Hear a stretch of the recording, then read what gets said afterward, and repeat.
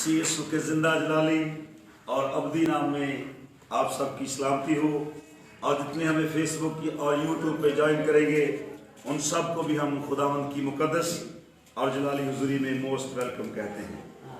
Thank you Jesus. آئیے خدا کے کلام میں سے آج بہت ہی اہم اور خوبصورت باتیں ہم سیکھیں گے۔ میرے ساتھ نکالیے نہمیہ کی کتاب، اس کا باب نمبر 8واں ہے۔ بعض لوگ اس بات کو بہت ہی اپنی زندگی میں لائٹ لیتے ہیں اور شاید وہ یہ سمجھتے ہیں کہ دنیا جہان کی عقل ان کے اندر ہے اور وہ اپنے آپ کو بہت عاقل اور بہت ہی سمجھدار لوگوں پہ امپیکٹ چھوڑتے ہیں۔ لیکن کلام میں بڑی اہم باتیں ہیں جو آج ہم سیکھنے کی کوشش کریں گے۔ 8ویں باب کی دوسری آیت ہم خدا کے کلام میں سے تلاوت کریں گے۔ پاسٹر طارق اس حوالہ کو پڑھنے میں ہمارا ساتھ دیں گے۔ اور 7ویں مہینے کی پہلی تاریخ کو عزرا کہن توریت کو جماعت کے یعنی مردوں اور عورتوں اور ان سب کے سامنے لے آیا جو سن کر سمجھ سکتے تھے۔ میرے پیچھے کہیے، جو سن کر سمجھ سکتے تھے۔ اس کے ساتھ ایک حوالے کو اٹیچ کرے، اس کے بعد ہم واپس آتے ہیں۔ مقدس مرکز کی انجیل میرے ساتھ نکالیے، اس کا 7واں باب ہے اور اس کی 14ویں ہے۔ 7ویں باب کی 14ویں ہے۔ اور وہ لوگوں کو پھر پاس بلا کر ان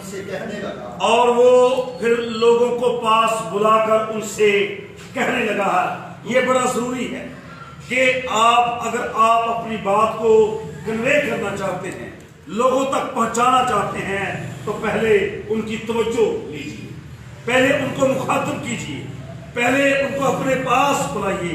اور جو سننے لکھا ہے، ان کو پاس بلا کر کہنے لگا، تم سب میری سنو اور سمجھو۔ نہمیہ کیا کہتا ہے؟ مردوں اور عورتوں کو اور ان سب کے سامنے لے آیا شریعت کو جو سن کر سمجھ سکتے تھے۔ آپ بھی سمجھ رہے ہیں؟ شاباش، ہاتھ لا کے بتائیے، سب سمجھ رہے ہیں اور سمجھ رہے ہو؟ تو کلام میں لکھا ہے شریعت ان کے لیے ہے جو سمجھتے ہیں۔ یسوع مسیح نے کہا اگر تیری کوئی سنے تو اس سے کہہ اور اس سے سمجھا۔ بڑی خاص بات ہے جو میں آج کرنے جا رہا ہوں۔ کلام میں لکھا ہے ابشیک ہو جا، عبادت میں سے نکل کر آیا، اور لکھا ہے بڑا ہی عقل مند آدمی ہے۔ اور عرفان صاحب، اس نے جو شریعت میں سے تمہار وہاں سے نکلوایا ہے وہ بڑی سفارش کے ساتھ نکلوایا ہے۔ تب فوٹو کاپی مشین نہیں تھی، تب ان کے پاس سہولیات نہیں تھی، تب جو لکھا جاتا تھا وہ ہاتھ سے لکھا جاتا تھا، اور جو حصہ اس کے پاس تھا وہ شریعت کا بڑا ہی اہم حصہ تھا۔ اور کلام میں لکھا ہے اس نے بڑی سفارش کے ساتھ اس حصے کو نکلوایا تھا، کیونکہ وہ شوقین تھا اور کلام سننے کا اس کو اندر بہت زیادہ تڑپ اور بہت طلب تھی۔ اور کلام میں لکھا ہے جب وہ ہیکل میں گیا اور عام بندہ نہیں تھا، کلام میں لکھا ہے وہ تب کا وزیر خزانہ تھا۔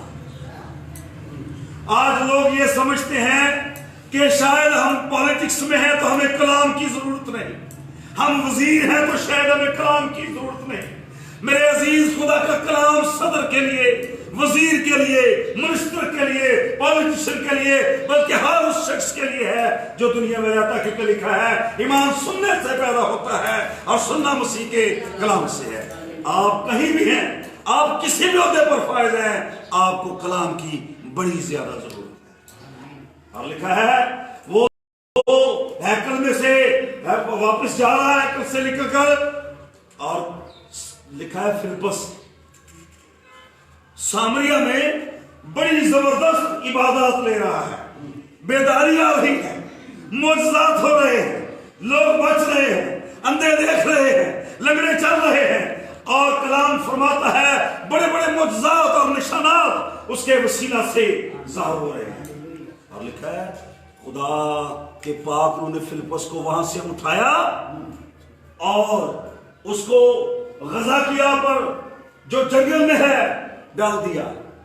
آپ بعض دفعہ خدا ایسی سچویشن میں، ایسی حالت میں استعمال کرنا چاہتا ہے جن لوگوں کی زندگی میں جنگل کسی کی حقیقت ہے، شاید وہ خدا کے کلام کو نہیں سمجھ پاتے، شاید وہ خدا کے کلام کی قدر نہیں کر پاتے، لیکن ہمیں ان لوگوں کو بھی اپروچ کرنی ہے، ان لوگوں کے پاس بھی جانا ہے جو جنگل میں زندگی بسر کر رہے ہیں۔ آپ کیا سمجھتے ہیں قبرستان میں کبھی معجزہ ہوا؟ لیکن وہاں پہ لکھا ہے اور یسوع قبرستان میں گیا ایک شخص کے لیے۔ اس شخص کی حالت کیا تھی؟ سامع، وہاں پہ لکھا ہے خدا کے کلام میں وہ شخص پتھروں سے اپنے آپ کو مارتا تھا، وہ شخص پتھروں سے اپنے آپ کو زخمی کرتا تھا۔ آپ امیجن کریں جس شخص کو خدا نے اپنی شکل و صورت پر بنایا، شیطان اس کا کیا حال کر رہا ہے، شیطان اس کے ساتھ کیا سلوک کر رہا ہے۔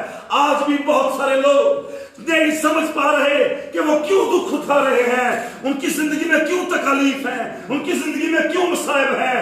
وہ اپنے آپ کو چھلنی کر رہے ہیں، وہ مار رہے ہیں۔ اور کلام میں لکھا ہے یسوع قبرستان میں وزٹ کے لیے چلا گیا۔ اور حزقیل کو دیکھیے، وہ کہتا ہے خدا کے پاک نے مجھے کہا جا اور قبرستان میں ہڈیوں پر نبوت کر۔ میرے عزیز، آج جو دنیا جس بحران میں ہے، یہ قبرستان کی سی حالت ہے، اور اب لوگوں کو ایک ہی اور لکھا ہے ایک ہی چیز لوگوں کو بچا سکتی ہے، آپ کی پالیسیاں، آپ کی کمٹمنٹس، آپ کے ادارے، آپ کی تحریک، آپ کی جماعتیں۔ خدا کے کلام میں لکھا ہے یہ وقت آئے گا کہ لوگ مرنے کے لیے اپنے آپ کو پیش کریں گے اور موت نہیں آئے گی۔ اور یاد رکھیے اسی پوزیشن میں دو ہستیاں ہیں جو زندگی کو بچا سکتی ہیں، ایک میرا اور آپ کا یسوع، اور دوسرا اس کا خادم۔ لکھا ہے یہ دنیا دردِ میں پڑی تڑپتی ہے اور خدا کے فرزندوں کے ظاہر ہونے کی راہ دیکھتی ہے، اور خدا کا فرزند اور لکھا یسوع قبرستان میں وزٹ کے لیے گیا، اور اس شخص میں جس میں بدروحی تھی اور وہ اپنے آپ کو مارتا تھا، اپنے آپ کو چھلنی کرتا تھا، خون بہاتا تھا، یسوع شخص کو وزٹ کرنے کے لیے گیا۔ کیا آپ ایسے لوگوں کے لیے وزٹ کرنا چاہتے ہیں؟ کیا آپ ایسے لوگوں کے پاس جائیں گے؟ نہیں سر، مجھے تو پاک ترین بندہ چاہیے، مجھے تو پاک نیٹ کلین بندہ چاہیے۔ نہیں، کلام مقدس میں لکھا ہے خدا کا کلام ان لوگوں کے لیے ہے جو بیمار ہیں، ان لوگوں کے لیے نہیں جو پہلے سے ہی تندرست ہیں۔ اور جب تک آپ آفر نہیں کریں گے لوگ کبھی زندگی میں نجات نہیں پا سکتے۔ خدا کی نجات ان لوگوں کے لیے ہے۔ اور سنیے، وہاں پہ حزقیل قبرستان میں جاتا ہے اور کلام کیا ہے؟ ہڈیوں پہ نبوت کر۔ ان ہڈیوں کو کلام سنا، مشکل ہے، سالوں سے پڑی ہے، وہاں ان کا گوشت ختم ہو چکا ہے، ان کی پوشش ختم ہو چکی ہے، چمڑا ضائع ہو چکا ہے، سالوں پرانی ہڈیاں۔ کہتا ہے میں نے کہا خداوند یہ تو ہی جانتا ہے میں کیا کہوں۔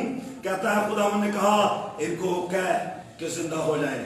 یہ بڑی مشکل بات تھی۔